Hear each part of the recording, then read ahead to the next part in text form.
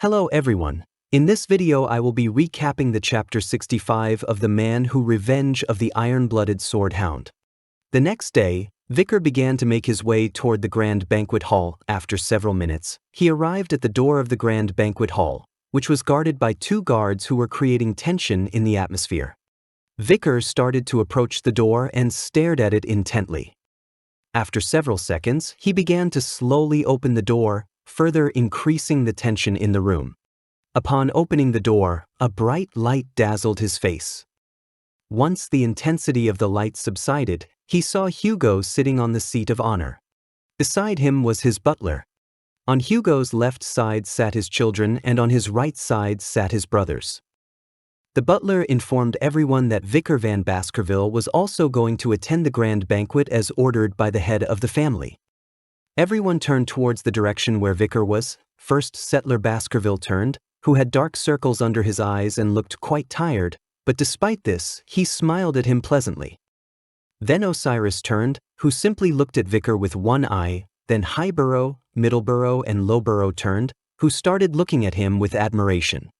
Then the Great Dane turned around, who was somewhat surprised to see Vicar attending the grand banquet. And finally the Boston Terrier turned around and while resting his head on his fist simply smiled at seeing Vicar. Vicar placed a hand on his chest and closed his eyes to thank Hugo for the invitation to the grand banquet. Hugo stared at him intently and while his eyes were shining, he called Vicar, son, and asked him to come to the table and sit next to his brothers. He approached and sat at the table, and the grand banquet began. First, everyone started with the main course, which was meat. They all started eating without saying a word, creating tension in the atmosphere. The servant stood behind Boston Terrier's chair and watched as the tension in the room began to increase every second. The first person to break the tension was Boston Terrier Le Baskerville, commander of the Pitbull Order. His plate had 4 pieces of sliced meat. He asked everyone if the meat was undercooked. Hugo became somewhat confused, looked at Boston Terrier and asked him if he didn't like meat.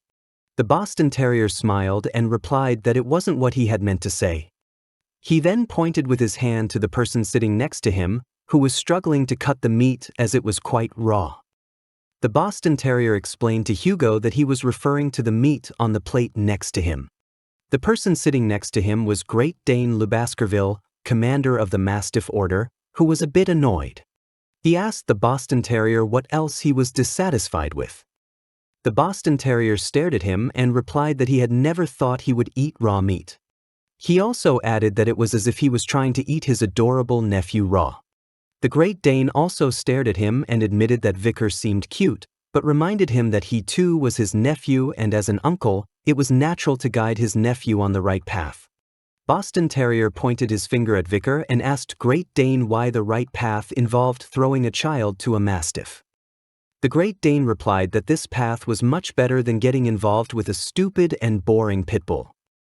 While Vicar looked at his uncles, he thought to himself that as expected, they had come with the intention of recruiting him. Among the 7 knights representing Baskerville, 2 of them wanted to recruit him for the pitbull and mastiff knights. Before regressing, Vicar would have liked it since they were the elite with guaranteed success. While he was taking a piece of meat to his mouth, he looked at his uncles disdainfully and thought that now they simply seemed like a bunch of stray dogs. Hugo interrupted the conversation between Great Dane and Boston Terrier, then while the butler was pouring him some wine and a glass, he explained to them that the younger brothers were always noble and arrogant, and he also added that the head of the house was happy to see them, showing affection for the young master. While Vicar was watching his father drink from the glass of wine, he thought that the chief steward always gave a hopeful interpretation and he also thought that Hugo enjoyed watching his younger brothers fight. Boston Terrier caught his attention and addressed him as his dear nephew to ask if he had spent the last 2 years in La Rouge at Lenore Mountains. He also asked how many barbarians and monsters he had killed.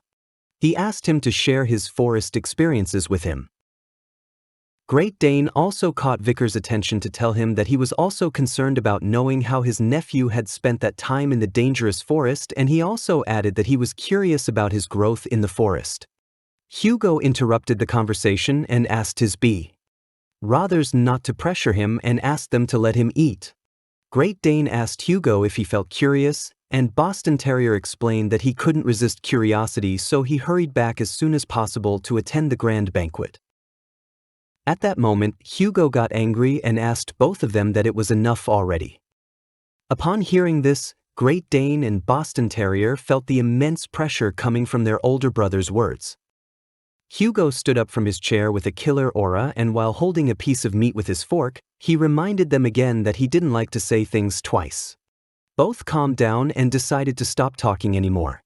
But at that moment, Vicar also stood up from his chair, and while looking at his two uncles, he explained to everyone that it wasn't difficult to prove his achievements.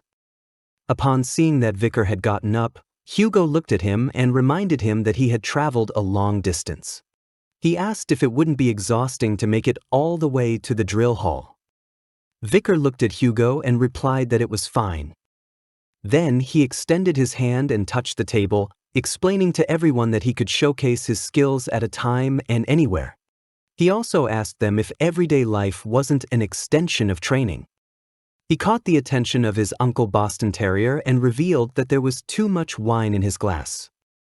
Then he caught the attention of his uncle Great Dane and disclosed that his steak was not well done, leaving both surprised and somewhat confused.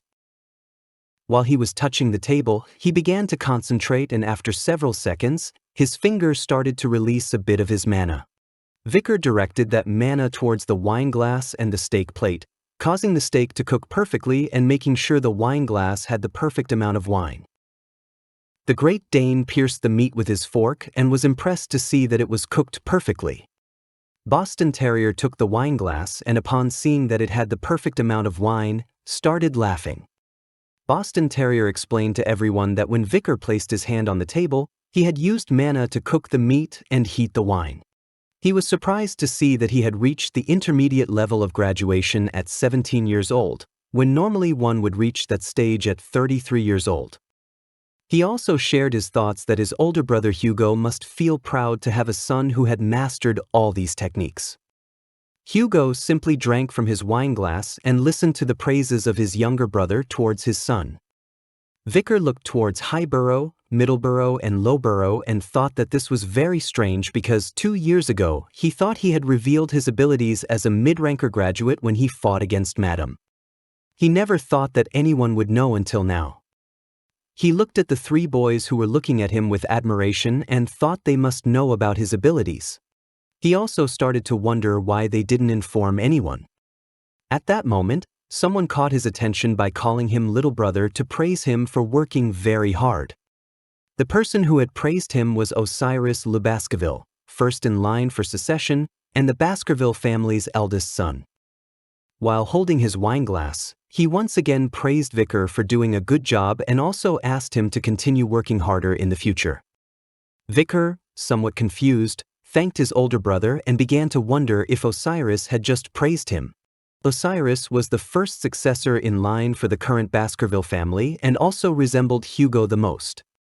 Vicar still couldn't believe that Osiris was praising him. He started wondering if he was being evaluated by him. Then another person who had just placed his wine glass on the table told everyone that it was surprising to see the older brother praising his younger brother. This person was Set Le Baskerville, second in line for succession, and the Baskerville family's second oldest son. He looked at Vicar and revealed to everyone that this was the first time he had seen older brother Osiris praise someone with such a bright and joyful smile. He also told Vicar that he had a poker face just like his brother Osiris and asked if by any chance he knew his older brothers. Vicar looked at him somewhat confused and replied that he was very aware of who his brothers were. Set looked at him, and with a joyful smile, he was glad that his younger brother knew him. He then explained that because he was very weak, he always stayed in the medical wing or at the isolation training hall. He also added that his training hall was very close to Underdog where Vicar was deputy consul. He planned to pay him a visit, so he asked if he could share his experience of the deep forests. Vicar, with a lost gaze, looked towards nothingness and thought that his bright attitude, which was very different from being a Baskerville, had not changed. During the fall, Vicar had the opportunity to serve under Set, so there were moments when they were together. In the midst of the chaos of battle, he was the only one who comforted the fallen bloodhounds. He even comforted Vicar, who was soaked in blood wandering through the battlefield. Even when Vicar was falsely accused, he remained by his side defending him until the end. With a cheerful smile, Set told Vicar that he would be under his care. Set was the only person Vicar wanted to meet at this banquet. At that moment, Vicar's expression changed drastically as he began to smell a disgusting stench that had been lingering since before. This repugnant odor was something only he could sense, as it had been present during the fall. This repugnant odor was the smell of demon. He quickly realized there was a hidden demon among the people present at the grand banquet. Vicar looked at everyone and started wondering where the source of this disgusting stench was. He closed his eyes, and after several seconds he opened them again and stared at a person. This person was holding his wine glass. He was Set, who had demon hands covering his body. He stared intently and with a smile asked Vicar, "Is there something you need?" This is the end of the video. If you guys want to see the next part, don't forget to subscribe and like the video.